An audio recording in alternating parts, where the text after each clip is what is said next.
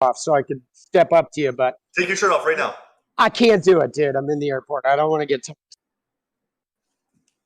Where are you flying? I'm going home. I'm in New York City right now. I'm going back to Oregon. Unfortunate.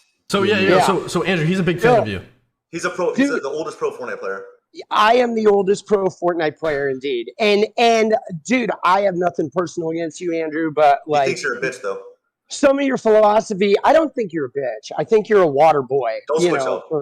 Water boy for patriarchy and capitalism and whatnot, right? And sort of regressive ideas about manhood, and which is why the teenage audience like consumes it so much. You know, you got these young boys that are like grappling with feelings of powerlessness, and you come in and offer them like the ultimate machismo ideas of like how to be a man, but you're so off base, bro. It's like, it's tragic, really. So you think that I am inspiring the youth of today, the masculine youth of today, to become men, and you think that's a negative thing? Why? No, I don't think you're inspiring them to become men, because like real men are in touch with their emotions and their vulnerability and don't need to be like wielding and taking power. Real men are self-aware. And you come in offering them like somebody that they can follow, where you want to be like the savior, the guy, the badass. If you're a man who's in touch with his strength and his masculine power, why does that mean you're not capable of reflecting inwards and being self-aware? They're not mutually exclusive. Well, apparently for you they are, though, because on the one hand, you talk about how you made your first million while exploiting women on webcams. Incorrect. And then you post on the Instagram post about how you and your brother are going to bring purity back to women. So yeah, you absolutely lack self-awareness, because you yourself admit you made your initial money on sort of like you profited off the supposed impurity of women around sex. All right. So first thing, the word exploiting is an incorrect use of language, because I've never exploited anyone in my life. Well, let me ask you this. When you made your first million with the women in the webcams, how many of the women who are on those webcams earning for you, how many of them are millionaires now? The ones who made millions are also millionaires. It was 50% each. It was 50. You know what I'm saying? I would argue the point here, sir. I would argue the point here that when a girl worked for me, it was 50-50. If you work for nearly any other business in the world, you do not get 50% of the takings. If you go work at McDonald's and you ring up a register for an hour, you do not get 50% of that register. So that is a lie. Most companies pay you less than 1%. So to sit here and say that I was exploiting people is absolute fallacy. So that's the first thing. It's like... So that's the first fallacy. I've let you talk. Now it's my turn. That's the first fallacy. The second fallacy is this whole patriarchy bullshit you're saying that are outdated ideas of masculinity. Yeah. The idea of patriarchy is not an outdated idea of masculinity. Perhaps in the West, in a declining empire, as we've already discussed on this stream, in an empire which is in absolute decline, you can have men who sit here and think there's absolutely nothing necessary about masculinity in the modern world, and that you don't need to be strong or brave or any of these things. You can sit around and cry and you're still a man. That is not true in most places on the planet. In most places on the planet, men need to be capable and competent, because if they don't, they do not survive. And I'll tell you something now, sir. I'll tell you something else now. You will sit here and talk right now about the patriarchy and how you can be in touch with your feelings and all this bullshit. The second you're physically assaulted or physically threatened, the first thing you do is you call a toxically masculine police officer to turn up with a weapon to protect you, because you cannot protect yourself. You are not against the idea of masculine power. You're not against the idea of men who have masculine imperatives to defense. All you've done is outsource it to someone else to do at the end of a phone call because you're too scared to do it yourself. So you're fucking lying. You're lying. No, that's absolutely incorrect. You don't want to do them yourself, and you hope everyone else does them for you, so you can sit around and play fucking video games. See, the point I posit is there's more than just physicality with men. And you talk about exploitation. You absolutely exploit people with your affiliate links. That is exploitation. Like I, as well as Bucky and Clicks, know, anybody who's an influencer knows that affiliate links are total bullshit, because basically you give an affiliate link to somebody who promotes you and he makes a little money off of it, but you're getting free advertising. That's exploitation. No influencer is going to take an affiliate link position, because it's absolute exploitation. Like you practically exist on it. Now, the idea of manhood is you can talk about like purely physical strength. Like, first off, if I get assaulted, I'm probably not going to call the police, okay? Because the police aren't actually very adept at actually solving crimes, right? They don't function very well in the actual solution of crimes. they show up later and just sort of muck up the business. Correct. Right? So I agree with that. So how would you defend yourself in the effect of an assault? You just lay there and take it? Well, so it would depend on the assault. I would probably remove myself from the situation, right? Obviously, that's not something that's going to be applicable to the scenario we're doing here on the stream. We're not going to pretend you can run away because that just defeats the point of the question. Well, what are we? Are we here to talk about some hypothetical assault? No, we're not here to talk about. 99% of Americans never even encounter a violent crime. We're not here to talk about hypothetical machismo thing is like nonsense. We're not here to talk about hypothetical assaults. We're here to talk about the hypothetical paradigms and ideas around masculinity, because you started this conversation saying that patriarchy and capitalism and all this bullshit. And I'm sitting here saying to you, live in a very soft society. You're completely correct. 99% incorrect. You live in a soft society. If you were the same person in most places on the planet, you would have had your ass beat because you are a weakling. And weaklings are not respected. Let me tell you something, my friend, I'll let you talk afterwards. Never in human history, in any single civilization, in any single empire across the history of Earth, have men been celebrated for their weakness. Ever once. It doesn't matter if you were an Aztec or the Mao dynasty, from China all the way to South America. In every single history book you can read, men who were respected and men who had stories written about them were written about them because they were strong. Weak men have never been respected. Weak men have never mattered. For you to come along and say, I think it's okay to be weak, is fine. That is your initiative. That is your decision. But the reason you have done that is because you lack brave. You lack balls. No, you lack bravery. Lack balls. Dude, I have more balls than you'll ever have, boss. Because you're changing the goalpost here, because you're the one who's sitting here calling emotional strength and emotional vulnerability. You're defining it as weakness. But it's not. All forms of strength are important. You're saying it's not. Yes, it is. Physical strength is just as important as emotional strength. Emotional strength is actually more powerful than physical strength. Because the fact of the matter is, no matter how physically strong you are, somebody bigger could come along and beat your ass. But it's emotional strength that helps you survive the ass beating. You're not right. Physical strength. You know what? I'm right. You're right. That's a good point. You're saying, so when someone comes along to assault you, you won't call the police afterwards and you won't fight back. You'll lay in a ball, you get an ass kicking, but you're emotionally strong enough to just deal with the fact that you got an ass whoop in front of everyone. No, but and that's fine, and everyone should be like you. And that, you know what we call, I'm not saying people like you are called in most places in the world. People like you are called in most places in the world are called victims. We're called prey. Studs. You're a prey. We're called studs. And let me tell you something. When I inspire men to grow up and be their biggest, strongest version of themselves, emotionally, mentally, physically, in every single realm, that is not a negative thing. There's nothing wrong with a man being big and strong. And let me tell you one more thing. We're sitting here talking to professional video game players. You're a professional Fortnite player yourself. I am. I don't know how the game works. I've never played the game. And I was a professional musician and a director. I've done a great many things. Perfect. Good. And you're obviously a successful, smart individual. You're obviously mentally intelligent, right? I'm not talking about.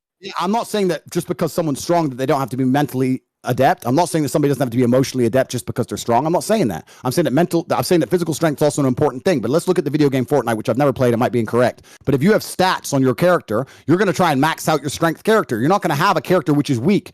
Every single person, if they're given a video game character and said choose what statistics you want, is going to click max strength every single time, and then they're going to go back into the real world and pretend strength doesn't matter. Strength does matter. The difference is in the real world, it's hard to achieve, and because it's hard to obtain, it's the ostrich problem. You don't want to accept that it's hard to do. You don't want to go through the pain to get it, so you want to pretend it doesn't matter. Just because you don't want to go through the bullshit it requires to be a physically dangerous individual does not mean physical dangerous individuals are not respected by society. And I'll tell you one more thing, my friend.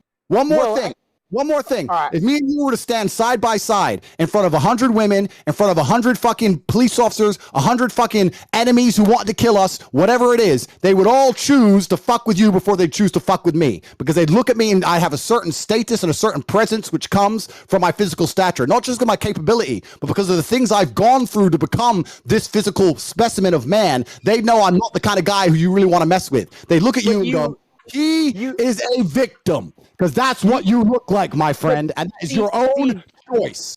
See, that's just it, though. The only reason they would choose you in that element is because of the patriarchal fucking male-dominated society. Here we fucking go. Here we go. All right. Here's the deal, Andrew. This is fun. No. I'm not done. Andrew, listen to me. From history that wasn't patriarchal. Name a society from history that was not patriarchal. See, listen to me, though. That is why people like yourself are bugging and going into hyper mode right now, because society's changing. Society is changing. I'll tell you why, my friend. I'll tell you why we cannot name a single society in history across the entire planet that was not patriarchal. Because patriarchal societies are optimized to survive. When things get difficult, when people are put in survival situations, we naturally revert to our gender roles. I'll tell you something. If we were all on a ship and the ship got shipwrecked, the men would start building and digging and hunting, and the women would start gathering and doing what women are naturally adept at. Because when it comes down to survival, you have to do what you are most competent at. And men are more competent at certain things, and females are more competent at certain things. I'm not saying not all men. Not all men, and not all females. There are definitely patriarchal societies are more competitive than any other type of society because society functions better as a patriarchy. So the reason you cannot name a single society in history that was not a patriarchy is because all of the societies, and I'm sure there were some, which were not patriarchal, were destroyed by patriarchal societies. They were wiped off the face of the planet because they are not competitive. There haven't been any yet. Books to read. They do not have monuments to find. And the point I'm making is that in the harsh reality of ultra competitiveness, only patriarchal societies can survive. So the reason you cannot name one from history is because all the ones that tried this idea that you're trying to purport were destroyed in real time. And in the West, in America, as we stand right now in America, which I wouldn't even call it a patriarchal society because it isn't, because females have more rights under the law than men. Oh my God, bro. They do. And I'm telling you now, are so clueless. As America falls apart and the patriarchy is disintegrated, all that's going to happen is that other countries like Russia, like China, like countries which are still patriarchal will remain more competitive than the West, and you're not going to fix the world. America's just going to end up a third world shithole. So throwing the fucking patriarchy away is going to fix a fucking thing. You live in a clown world, my clown world. Yeah, no, I don't. I mean, I do live in a clown world because there are people like you that are sitting there like pushing this inane philosophy. So yeah, I get it. I accept that. But first off, we haven't seen a non-patriarchal society yet. We're definitely moving toward it. And if you want to look at America and look at some of the problems with America, like what problems do we have? Well, there's an enormous wealth gap. You mentioned the Roman Empire earlier. The Roman Empire didn't fall because of laziness. It fell because of overconfidence, because of an income gap between the richest and the poor, and because of political corruption. All three things that are sort of happening in America right now. So absolutely, America could fall, but it's not because men were turning soft, right? The idea of men being soft, the idea of men being soft, Andrew, is a battle cry of men who see that purely physical stature is no longer the only defining quality. Because like you said, they could line me and you up, and all those brutes like the cops or somebody looking for pure strength would choose you to defend them. But anybody who was from a marginalized group that was looking for an emotional defender, those people would pick me, right? Why? And they wouldn't pick the muscular guy because they know that I have the inner strength to actually have an openness and a vulnerability that can relate to them and that can help them find that empowerment in themselves. I don't want to train people to be cheap. All you know what I mean? Like we go to your Instagram page and you talk about being the Messiah and all this other BS. You want people to follow you like you're some sort of like deity, boss. And that's actually a sign of your own weakness at work, right? That's coming from your own trauma, your own unhealed trauma. Firstly, the fact you think that you're talking to marginalized people more than me, it doesn't even make sense, because I'm talking to groups of people, you're talking to groups of people, and both of them includes marginalized communities. Secondly, the fact that I am actually mixed race, that I grew up in the south side of Chicago with my father. Absolutely. Shows I know more about marginalized communities than you do, because you are as white as they fucking come, and you're sitting there talking about marginalized communities to a marginalized person. Absolutely. Absolutely. But let me ask you, I never woke up and thought, I'm brown, so I had to find this white guy with pink hair to fight for me. I woke up and fought for myself. And that is the point. You know when you fight for yourself when you're a man. That requires all forms of power, whether it be emotional, mental, and physical. You to sit here telling men they should be as weak as possible and sitting around doing fucking nothing is not good for society as a whole. And there's nothing wrong with patriarchal society. I'm not advocating for weakness, but like I'm advocating for people to heal and to heal their trauma, and not use their trauma like you do and then aim it at select groups of people in order to gain power and money, right, and status, so you can walk around with the deity, right? I think that all men, if you're a good man, you're going to have a traumatic life. That's part of being a man. And I think it's not even a part of being a man. It's a part of being a human being on the planet. Okay. You're going to have a traumatic life. Sure, right? But you got to heal the trauma. The trauma doesn't make you unless you heal it. If you don't heal it, you go around, say, dumping it on women, right? By waltzing around talking about how you got to protect women, you got to get a cut of her OnlyFans and all this because you own her private parts. That's nonsense, bro.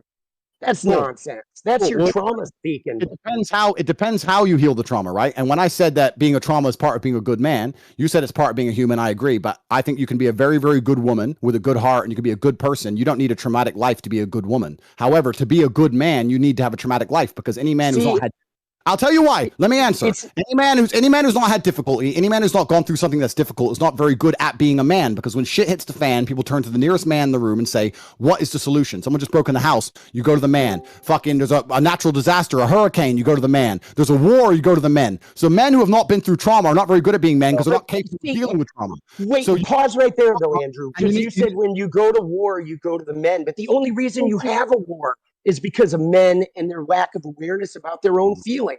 That's why war exists in the first place. So you're saying if you had more women leaders, we wouldn't even have war.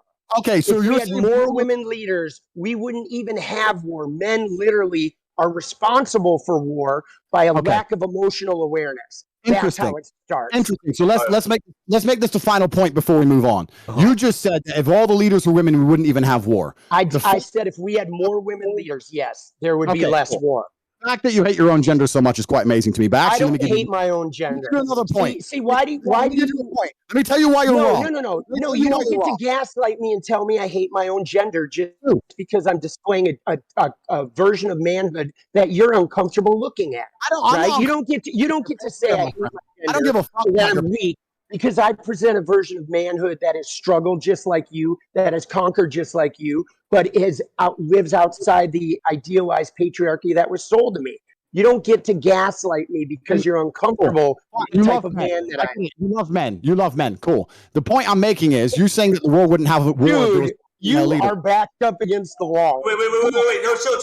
Let Tate have his final statement, then we're going to wrap this up and get someone else. I'm in here right now. I just got to fix my camera. One second. Yeah, you're chilling. Hassan, let's go, man. I appreciate you. I'm interested in seeing what the chat thinks. The reason you're totally wrong saying that the world would have less war if there was no female leaders is because if you actually ask anybody who's been in the corporate world for long enough, the companies that have the most arguments, the most difficult corporate structures to deal with, in fact, even if you ask most women, they say, I don't like having a woman boss. I'd rather work for a man. When you have a whole bunch of women in charge, it's nothing but a fucking bitch fest and it's a shit show.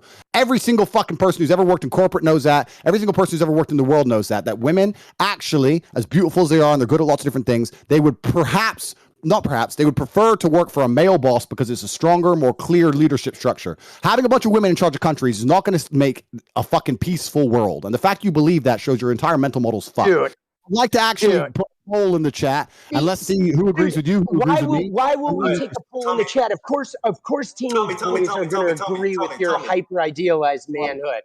Like, they need to cling to that. Okay, do you guys want me to step in on this conversation or let's go? I'm just getting this all we're not gonna do no